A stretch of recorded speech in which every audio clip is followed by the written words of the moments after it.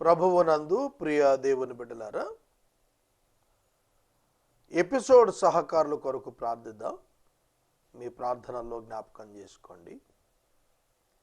అలాగే జీలుగుమిల్లు మండలం తాటి ఆకుల గూడెం గ్రామంలో రేపటి సాయంకాలం సువార్త సభ ఉన్నది. దాని యందు వాక్యోపదేశం చేయటానికి నేను వెళ్తున్నాను.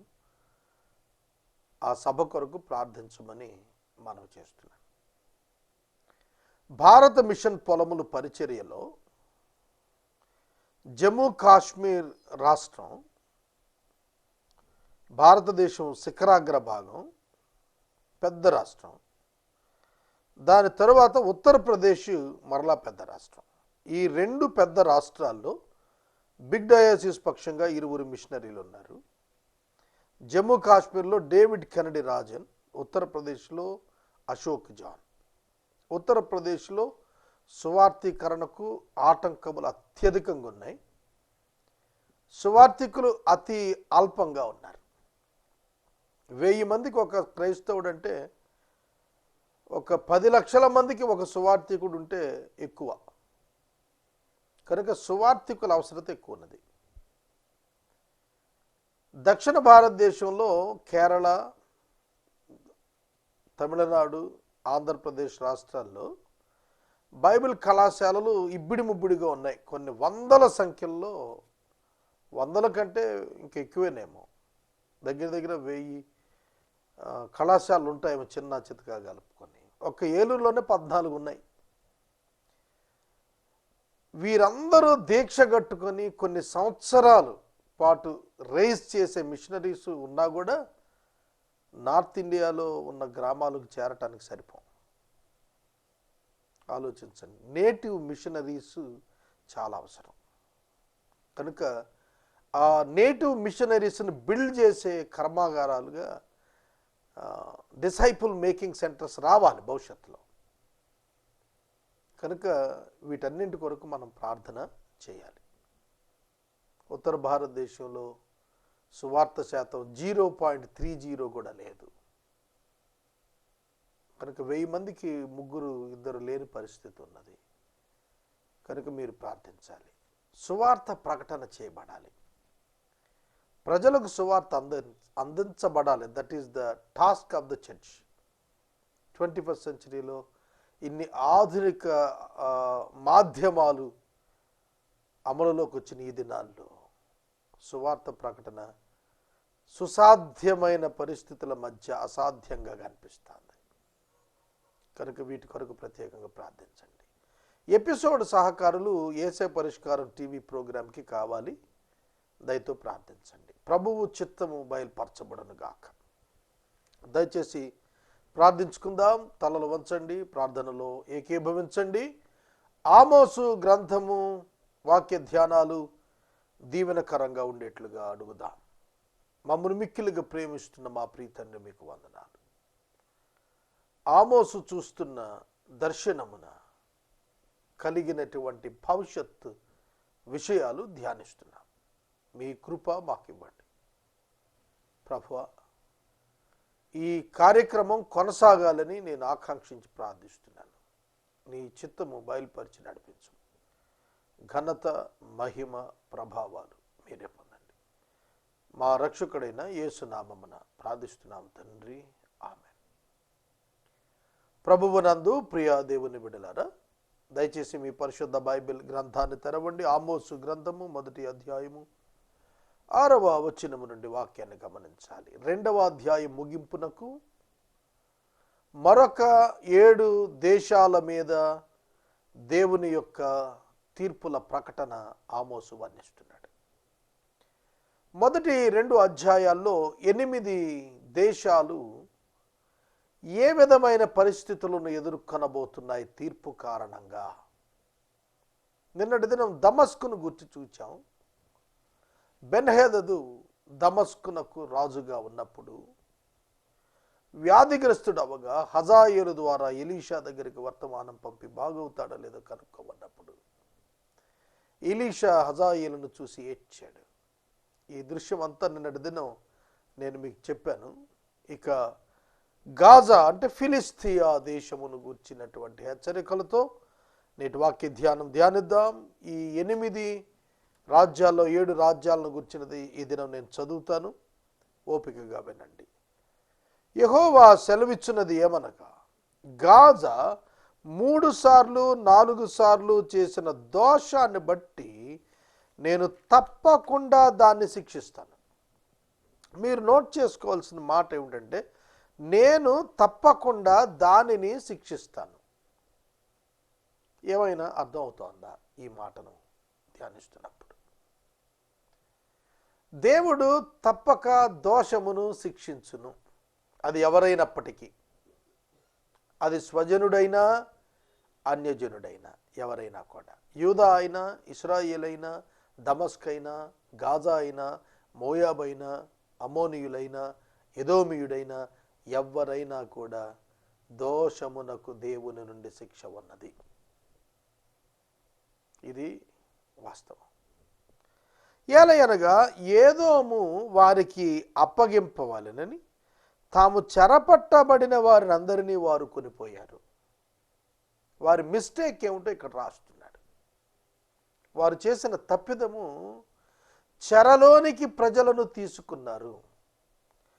ఫండమెంటల్ రైట్స్ అని కొన్ని ఉంటాయి, ప్రాథమిక హక్కులు.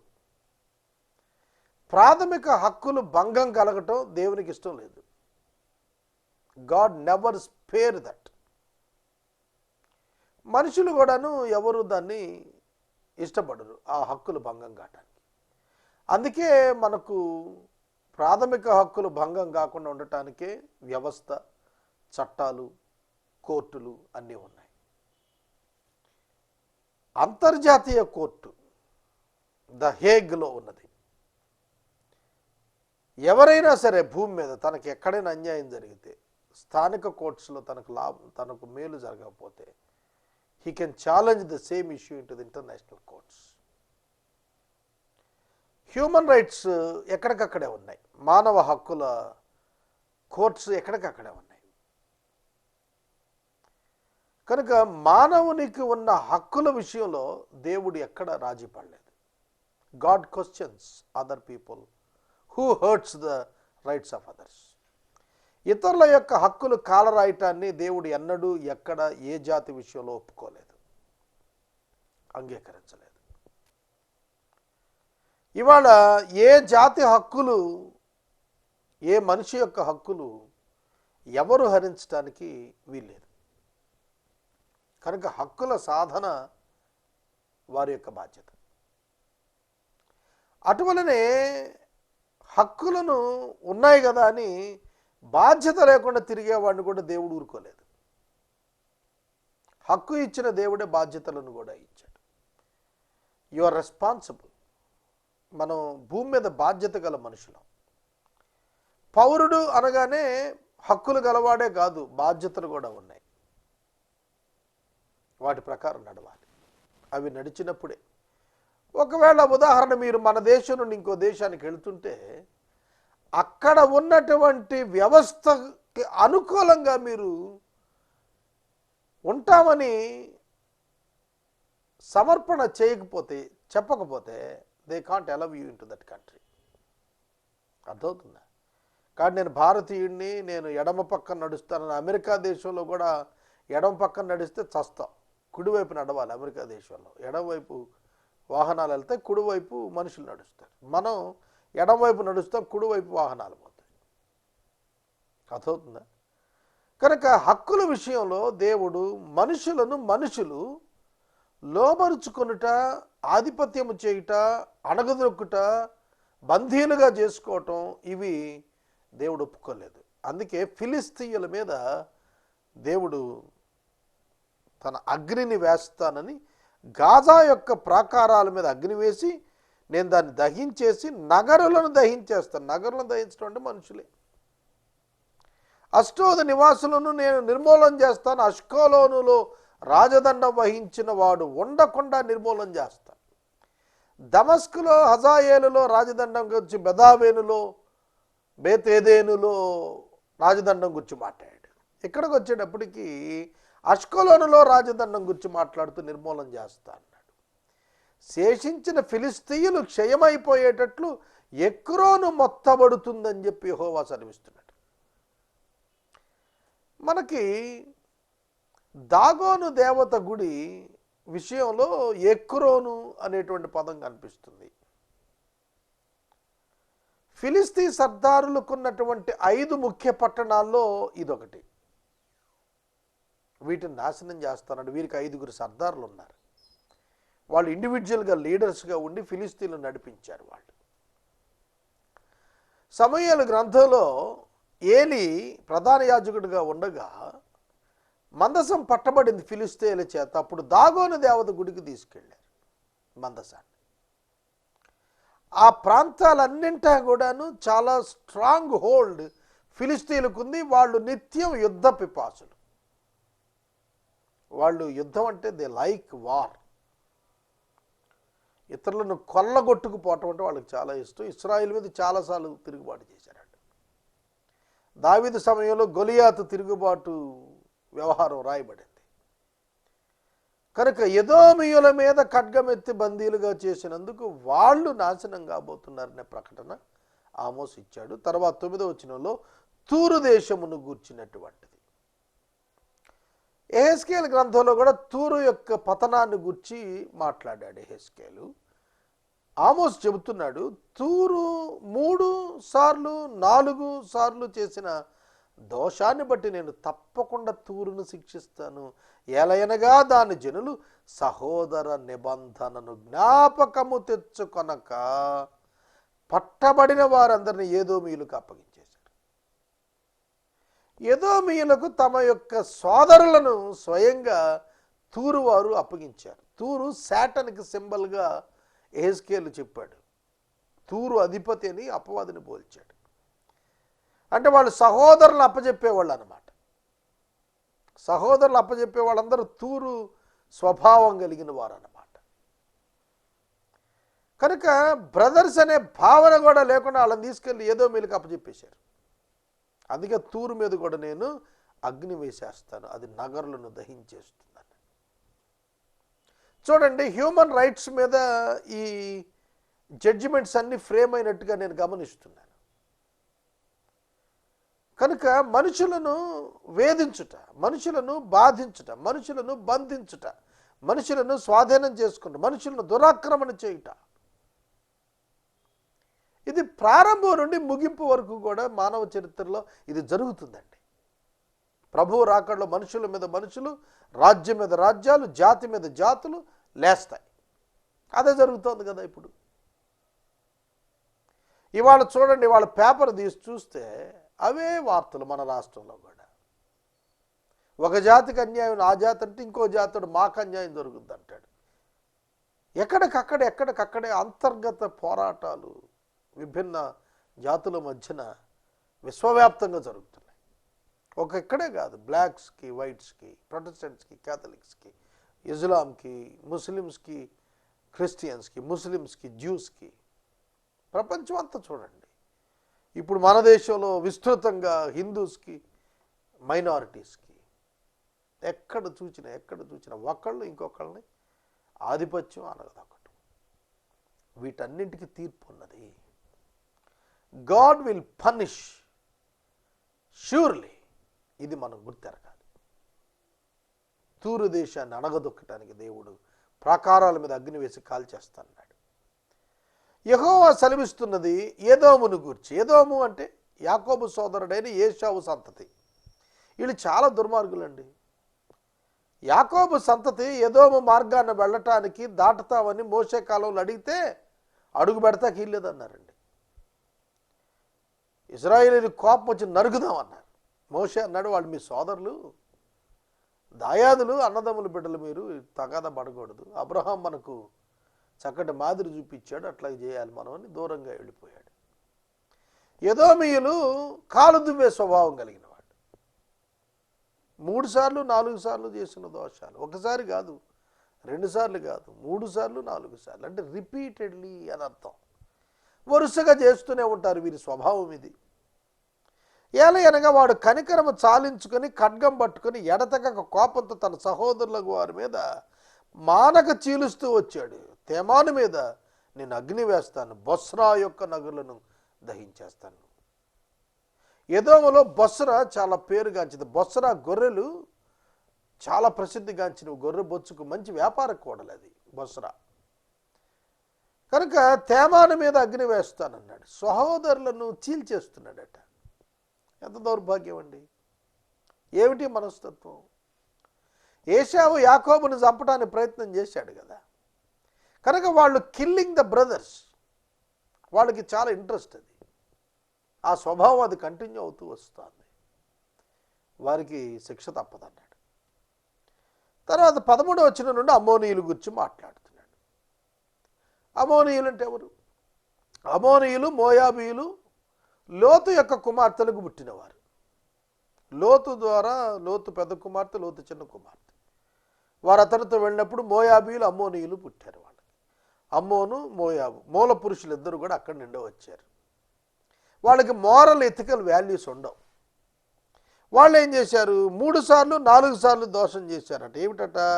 తమ సరిహద్దులను విశాలం చేయదలుచుకొని, మంచిది, సరిహద్దులు విశాలం చేసుకోవటం మంచిది. అయితే ఇతరుల సరిహద్దులను ఆక్రమించుకొని తమ సరిహద్దులు పెంచుకోవటం కాదు. అందుకు గిలాదు స్త్రీల గర్భాలను చించేశారు. మెర్సిలెస్ పీపుల్, కఠినమైన ప్రజలు, కనికరం లేనివారు. గర్భిణీ స్త్రీని చూస్తే ఎవరైనా గౌరవిస్తాం కదండి. బస్సులో ఎవరైనా గర్భిణీ స్త్రీ నుంచుంటే ఎంత పెద్ద అయినా లేచి అమ్మ మీరు కూర్చోండి అని కూర్చోబెడతాం. గర్భవతిని చూసినప్పుడు everyone will give there cooperation and help to them, వాళ్ళకి సహాయం చేస్తాం. అట్లాంటిది గర్భసంచులను ఖడ్గాలతో చీల్చేయటం ఏంటండి? నవమాసాలు మోసి ఒక బిడ్డకు జన్మనివ్వటానికి ఆ తల్లి అంత ప్రయాసపడుతోంది. గర్భాలను చించేశాడు. హజాయేలు కూడా గర్భాలను చించుతాడని ఎలీషా కన్నీరు గార్చాడు. ఆ దృశ్యం కనబడుతుంటేనే తట్టుకోలేకపోయాడు ఎలీషా ప్రవక్త, ఏడ్చేశాడు. చూడండి, గర్భాలను చించి స్త్రీలను క్రూరత్వానికి అప్పగించినటువంటి వాడు అమ్మోనీయుడు. రబ్బా యొక్క పర్వతాల మీద అగ్ని రాజబెట్టినప్పుడు, రణకేకలతో సుడిగాలి వీచినప్పుడు కలుగు ప్రళయము వలె మీ నగరులను నేను దహించేస్తాను. వారు రాజులు, అధిపతులు అందరూ చెరలోకి వెళ్ళిపోతారన్నాడు. రాజులు అందరూ కూడా చెరలోనికి వెళ్తారు, చెరలోనికి పోతారు. అధిపతులు అందరూ చెరలోకి వెళ్తారు. మిమ్మల్ని విడిచిపెట్టను అన్నాడు. 2వ అధ్యాయంలో మోయాబీలను గూర్చి మొదటి 3 వచనాల్లో చెప్పాడు. యెహోవా సెలవిస్తుందేమనగా, 3 సార్లు 4 సార్లు చేసిన దోషాలను బట్టి శిక్షిస్తాను. ఏలైనగా వారు ఎదోము రాజు ఎముకలను కాల్చి సున్నం చేశారు. వీళ్ళు చూడండి ఎంత దారుణం. మోయాబీయులు ఎదోమీయుల యొక్క రాజును కాల్చి దాని ఎముకలు సున్నం చేసి తమ పగ చాటారు, తమ ప్రతీకారాన్ని తీర్చుకున్నారు. పగ తీర్చుకోవటం, ప్రతీకారం తీర్చుకోవటం అది దేవుడు అంగీకరించడం. క్రూరత్వం కదండి. తగలబెట్టి ఎముకలు కూడా పొడి చేశారంటే ఎంత క్రూరులండి వీళ్ళు.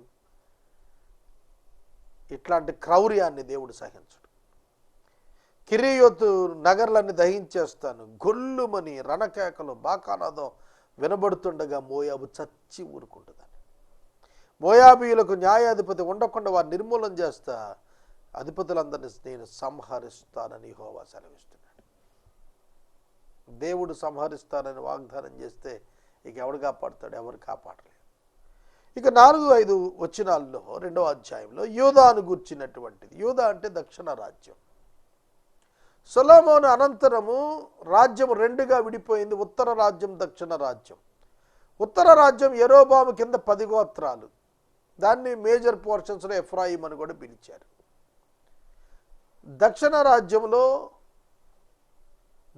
రాజ్యం యూదావారు 2 గోత్రాలు.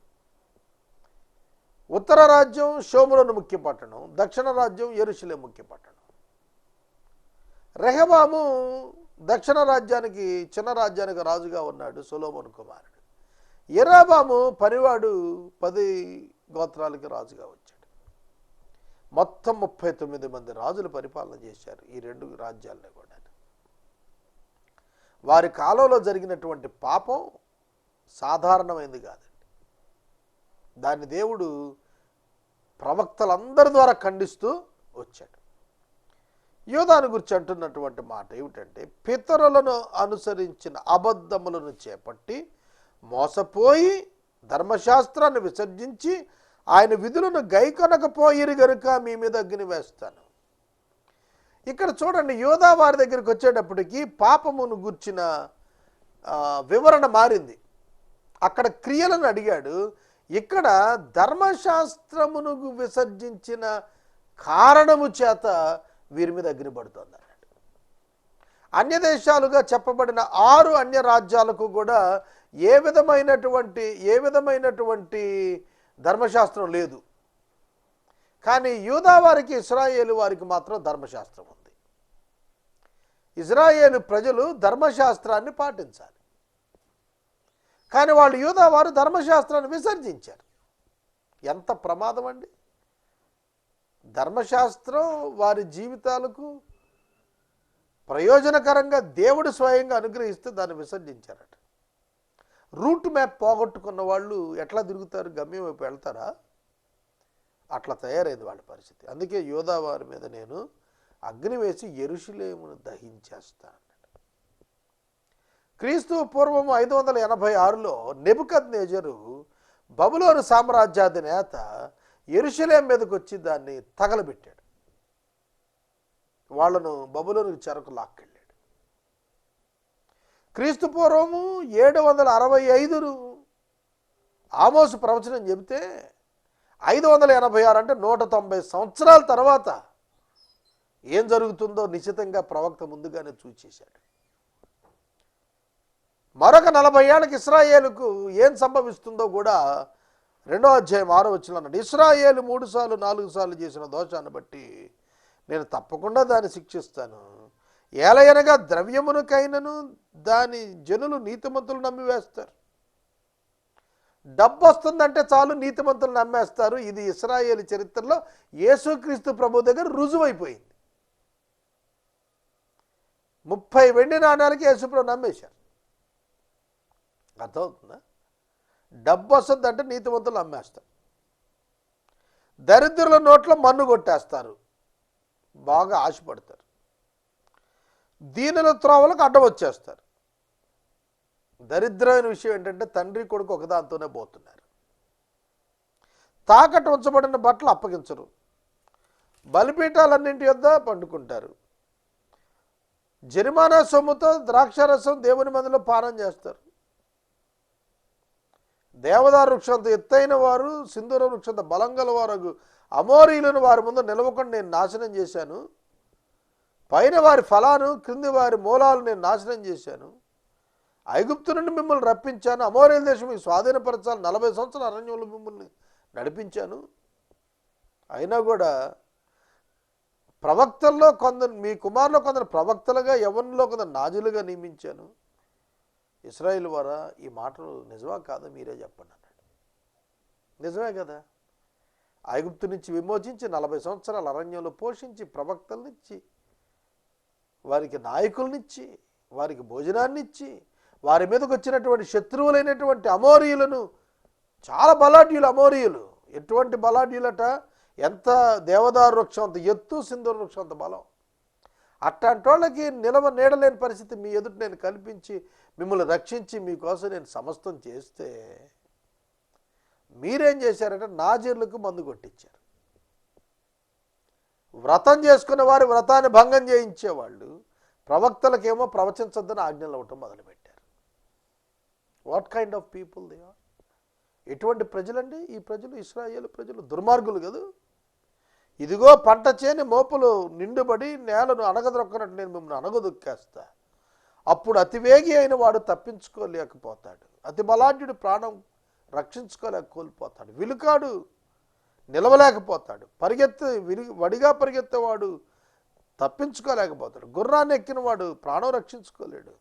ఆ దినమున బలాఢ్యుల ధైర్యం గలవాడు దిగంబరి అయి పారిపోతాడు. ఇదే యెహోవా వాక్కు. ఎటువంటి పనిష్మెంట్స్ అండి! బలాఢ్యుడు ధైర్యం గలవాడు పై వస్త్రం లేకపోయినా పారిపోతాడట.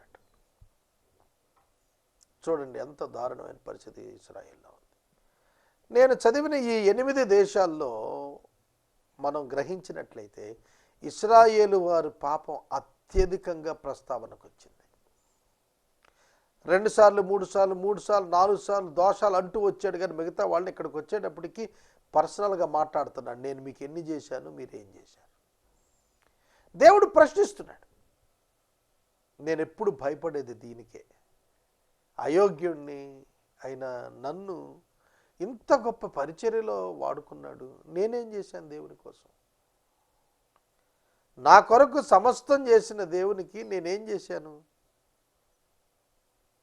ఆలోచిస్తే వివిధ రంగాల్లో వివిధ నిపుణులు వివిధ రకాలుగా కష్టపడి పైకొచ్చిన వాళ్ళ పర్సనల్ లైఫ్స్ చూస్తే మనమే పాటవాళ్ళం. కానీ మనకెందుకు దేవుడు ఇంత ఆశీర్వాదం ఇచ్చాడు, ఇంత పేరు ప్రతిష్టలు ఇచ్చాడు, ఇటువంటి స్థాయికి తీసుకొచ్చాడు? అయోగ్యులము కదా. మనం ఎంత లెక్క చెప్పాలి? ఎక్కువగా ఇచ్చిన వాడి దగ్గర నుండి ఎక్కువగా లెక్క అడుగుతాడు ప్రభు. కనుక మనం లెక్క అప్పగించాలనేటువంటి తాత్పర్యం ఎన్నడూ మరవకూడదు. క్రైస్తవులు ప్రధానంగా కృపచేత రక్షించబడ్డ మనం మరి ఎక్కువగా దేవునికి కృతజ్ఞత కలిగి జీవించాల్సిన వారమై ఉన్నాము. ఎంతో ఎక్కువగా పొందినటువంటి ఇశ్రాయేలు ఎంతో ఎక్కువగా దేవుని తిరస్కరించారు. దేవుడు ప్రవక్తలు పంపిస్తే వాళ్ళకి వీళ్ళు ఆజ్ఞలు జారీ చేశారట, మీరు మాట్లాడద్దు అని.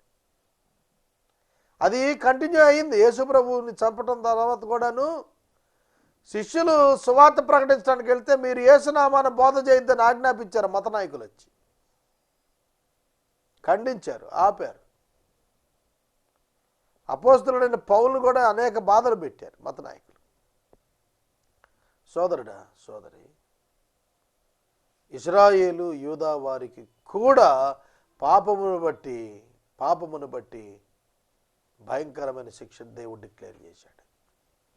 722 BC ఇశ్రాయేలు 10 గోత్రాలు అష్షూరుకు చెరకెళ్ళిపోయాయి. అష్షూరు వారు వారిని చాలా బాధలకు గురి చేశారు. వారు బహుగా ఏడ్చారు. అక్కడ పశ్చాత్తాపడ్డారు. అదేదో ముందే పడవచ్చు కదా. Prevention is better than cure అని ఒక సామెత ఉంది. వ్యాధి రాకుండా చూసుకోవటం మంచిది కదా. వ్యాధి వచ్చి స్వస్థత రావటం కంటే కూడా వ్యాధి రాకుండా జాగ్రత్త పడటం మంచిది కదా. ముందస్తు జాగ్రత్త మంచిది కదా. కనుక దేవుడు హెచ్చరిక ఇవ్వకుండా ఏ జడ్జిమెంట్ ఇవ్వలేదు. వీళ్ళందరికీ చాలా సంవత్సరాలు మినిమం 1 జనరేషన్ ఉండేట్టుగానే హెచ్చరికలు ఇచ్చాడు. కానీ ఎవరు మారుతున్నారు? యోనా కాలంలో నినివే ప్రజలు మారారు. ఆ తరం వరకు శిక్ష ఆపాడు దేవుడు. ఆ తర్వాత ప్రజలు తిరుగుబాటు చేశారు, వారి మీదకి శిక్ష వచ్చింది. అన్యజనులకు కూడా దేవుడు అవకాశాలు ఇస్తున్నాడు. దేవుడు ప్రేమస్వరూపి. కనుక ప్రతి ఒక్కరము మన బ్రతుకును గురించి జాగ్రత్త పడాలి. Not only about your mission or the ministry but also about your life. నీ జీవితం గురించి కూడా లెక్క చెప్పాలి. కనుక more than your ministry your life is important.